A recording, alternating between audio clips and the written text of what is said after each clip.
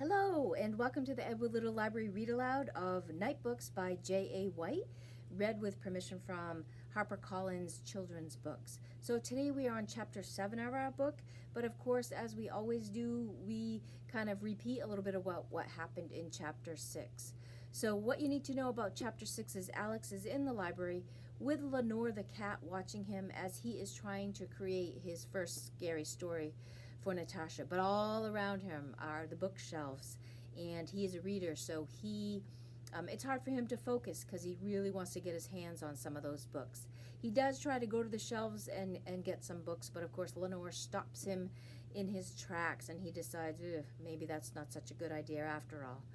So he sits back down and tries to write, but then he gets hungry, so he goes into the kitchen and he tries to find something to eat. At that point, Natasha comes home, and what he realizes really quickly is that Natasha doesn't realize that she's left the front door open. Now, the front door, Alex can see, and he thinks, oh, this is my perfect time to make a quick getaway. So he tries to bolt for the door. And when he does, he slams up against the wall because the front door is now turned into a wall, and he just slides down the wall. Meanwhile, Natasha has no idea that he's even done that because she's come in from the rain, and she is just wanting to get out of her wet clothes and yelling for Yasmin to bring her some clothes and, complaining about this rainstorm. So she doesn't even realize that Alex has just tried to escape. They have their dinner, and then after, Natasha says it's time. And so Alex thinks, well, it's time to tell her a story. But of course, she has not set up her misting room yet. So what she does is she creates these 4 walls and a ceiling. And in this vial, she has this blue kind of liquid. And when she releases it, it's like a blue tinged air. So it would be like, Alex describes it as like being in a fish tank that's blue tinged air, all blue all around. So Natasha's sitting in this blue tinged room with the stuff that comes out of this diffuser, and Alex is on the outside getting ready to tell her a story. Now he picks a story from one of his Nightbooks because he wasn't able to complete a story that day. So he picks something. He picks Mr. Boots, which is the story about the teddy bear with the red boots, if you remember. And at the end of the story, Natasha is pleased because, as she says to Alex, she really liked it because at the end it's really rather hopeless. So she's pleased with Alex's story for that moment. But then she asks, did he write that story that very day? And Alex quickly thinks of how he can get the library to himself. So he quickly says, nope, I didn't. That's a story from one of my Nightbooks. I couldn't write a story today because someone was in the room staring at him and he couldn't focus. So, of course, Natasha immediately thinks that it's Yasmin, and she goes to punish Yasmin. But Alex says, no, it wasn't Yasmin at all. It was Lenore the cat. So Natasha then proceeds to punish the cat by throwing her or whatever, whisking her up to the ceiling. The cat drops down on all 4 paws, and Natasha tells Alex, she won't be bothering you again. Now get to writing. And she says there'll be no more excuses. So that's kind of where we left off yesterday. So Chapter 7 has a kind of funny title, and it is called The Girl Who Followed a Unicorn. Alex woke up early the next morning. He found some clean clothes about his own size hanging in the closet and knocked on Yasmin's door. No one answered. Alex figured that she had already passed through the coat closet door and started her work for the day. What is Natasha making her do? Alex wondered, remembering the scratches along Yasmin's arms, her dirt-stained face. Something messy for sure. Digging holes, burying the bodies of Natasha's victims. The girl was so confusing. She seemed set on disliking him, but if she hadn't helped Alex that first night, he'd probably be dead. She's not bad like Natasha, Alex thought. She's just scared, like me. He went into the kitchen to grab some breakfast and saw Lenore lying on the counter. She looked away, refusing to acknowledge his presence. Sorry about yesterday, Alex said. I just wanted the library to myself. If I had known that Natasha was going to hurt you, I wouldn't have said anything. Lenore didn't open her eyes. Does she even understand what I'm saying? He knew that Lenore could somehow communicate with Natasha, but maybe that was a witch thing. Just because she can turn herself invisible doesn't mean she understands English. Still, he wanted to make it up to her somehow, and since a verbal apology wasn't doing the trick, he grabbed a handful of Fruit Loops and spread them on the counter next to her. "Here," he said, "maybe this will make you feel—" Lenore opened her eyes and hissed. Alex saw claws beginning to extend from her paw and jerked his hand backward, but he wasn't nearly fast enough. An orange streak blurred in his direction. Instead of the expected pain, however, Alex felt only a weak patter against his chest. He looked down in confusion and saw Fruit Loops falling to the floor. Lenore had thrown them. Alex examined her paw more carefully and saw that what he had at first mistaken for claws were actually 4 tiny fingers and a thumb, covered by a thin layer of black fur. As he watched, these fingers quickly retracted into her paw. "You're just full of surprises, aren't you?" Alex asked, stunned. Lenore gave a long, toothy yawn and turned her back to him completely. Alex retrieved his newest nightbook, the only one with any blank pages left, then used the bone key that Yasmin had left on the dining room table to enter the library. He spread the nightbook across the desk and laid a pencil next to it. "There," he said, taking stock. "That looks convincing." Alex had no intention of actually trying to write a story, but now, if Natasha entered the library unannounced, he could at least look like he had been working. For the time being, he would just claim that his old stories were actually new ones. "I haven't written many in this nightbook yet," Alex thought, "but there has to be over 50 stories between the 2 older ones. If all I'm doing is reading 1 story a night, I have plenty of time. Right now, it's more important to learn as much about the apartment as possible so I can figure a way to escape." Alex had always relied on books to be his teachers. Hoping that things would be no different here, he set out to explore the library. Yasmin said these were all story collections, he thought. But what if she was wrong? What if there's something here that I can use? He scanned the titles. The Black Horseshoe and Other Tales of Equine Horror. Stories scratched beneath the coffin lid. 13 dead ends. Alex would have loved to read them all, but other than entertainment value, he didn't think they would be of much use. Then again, what exactly was he looking for? A spell book could be helpful, he thought, or even better, one of those fake books that unlocks a secret passageway leading out of this place. Alex didn't see anything like that. All he saw were storybooks. As he made his way up the winding staircase, the books grew older, the dust jackets giving way to leather bindings cracked with age. English faded from the spines, gradually replaced by what Alex thought was German. Der Kunkelwald, he read hesitantly, tripping over the foreign words. Das Buch der verlorenen Kinder. With no other way to tell what kind of books these were, Alex flipped through one at random, his gaze lingering on several woodcuts. A beautiful woman sleeping in a casket made of glass. A grotesque imp dancing in delight around a campfire. An old crone leading a boy and girl into a house made of candy. Fairy tales, Alex thought, closing the book. The original scary stories. By the time he reached the top of the tower, Alex was panting from exertion.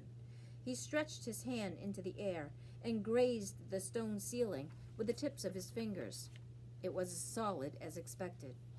Alex hadn't really believed that there would be an exit at the top of the staircase, but he was disappointed nevertheless. "Now what?" he asked. The titles were clearly a dead end, yet Alex, who felt that libraries possessed their own sort of magic, still believed that there was something important to be learned here. "I need to search the books themselves," he thought. "At the very least, I can see what type of story Natasha likes. That could be helpful, if I ever do have to write some new ones." Alex quickly retraced his path, a little bit easier than going up, but not by much, and grabbed the first 5 books off the lowest shelf. There were other titles that seemed more interesting, but Alex figured the best way to perform a thorough search was to start at the beginning and methodically work his way upward. He sat down at his writing desk and tucked 4 of the books beneath his chair, where they would remain hidden if he had any unexpected visitors.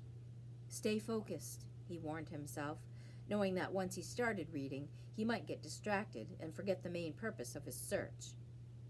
Alex opened the first book.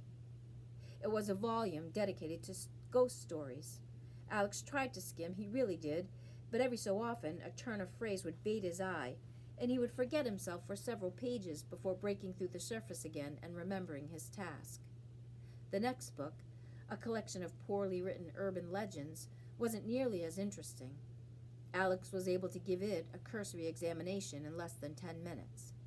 He set it at the bottom of the pile and placed the third book on the table, a quartet of creepy novellas titled Handprints on the Window.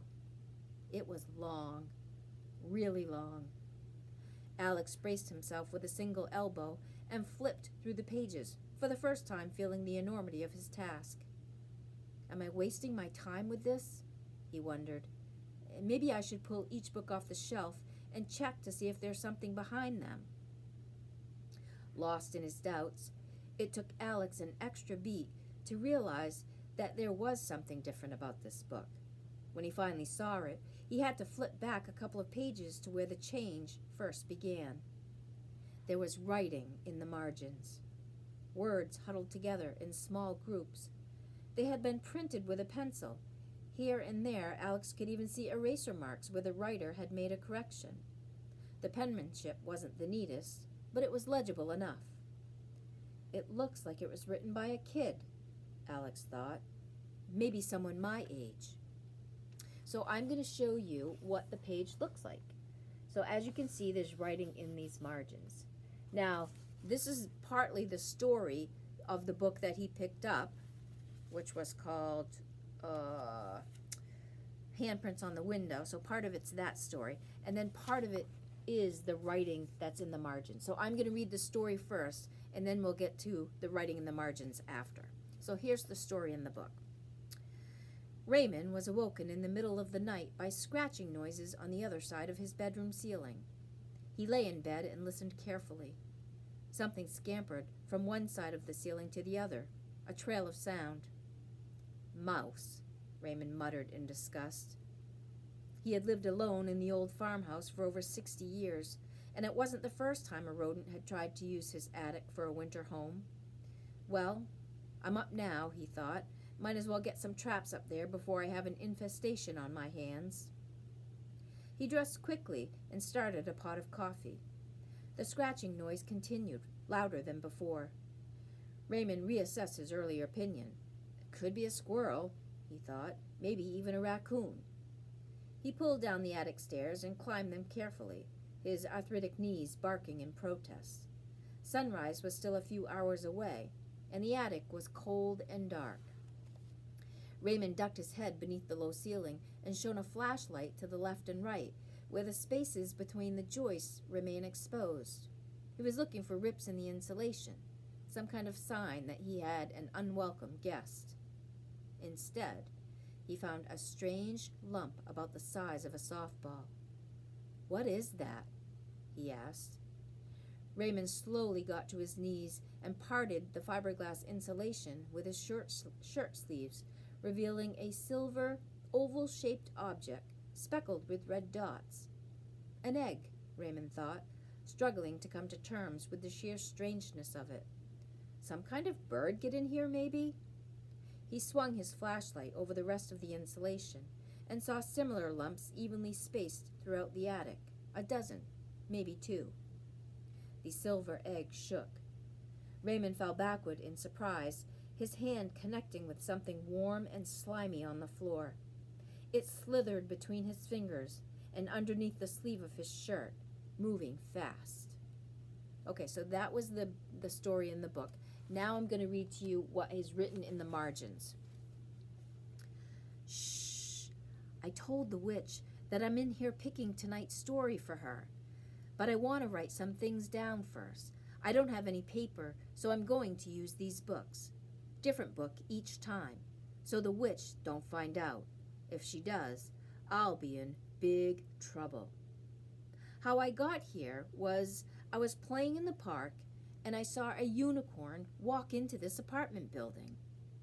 I know, unicorns aren't real. I'm not stupid, but I have always loved unicorns. So I followed it anyway, just in case. It went into the elevator, which is funny, and I took the stairs and saw it walk into this apartment. I knocked on the door, and the witch who lives here trapped me inside. And so here I am. I know Mom and Dad will find me very soon. I just have to do what the witch tells me to do. She won't hurt me. I'm a good girl. She is mean, I know, but I think she's lonely too. Otherwise, why does she want someone to read her a story every night? Plus, she can do magic, which I think is so cool. Also, her cat can turn invisible. And also, I think there were other kids here, but they are not here anymore, so the witch must have let them go. If I am a good girl, she will... The writing stopped in mid-sentence. Alex could imagine the girl hearing footsteps in the distance and slipping the book back onto the shelf. He flipped through the rest of the pages, but there was nothing more. Alex stared down at the book, trying to process all that he had learned. A sheen of cold sweat gathered at the nape of his neck. Could Yasmin have written this? He wondered, and quickly rejected the possibility. It didn't sound like her at all, and Yasmin was far too frightened of the witch to deface one of her precious storybooks. It must have been another prisoner, before me and Yasmin. Alex stared up at the library. I have to keep searching and see if she wrote more in a different book. She might have learned something important. She might have escaped.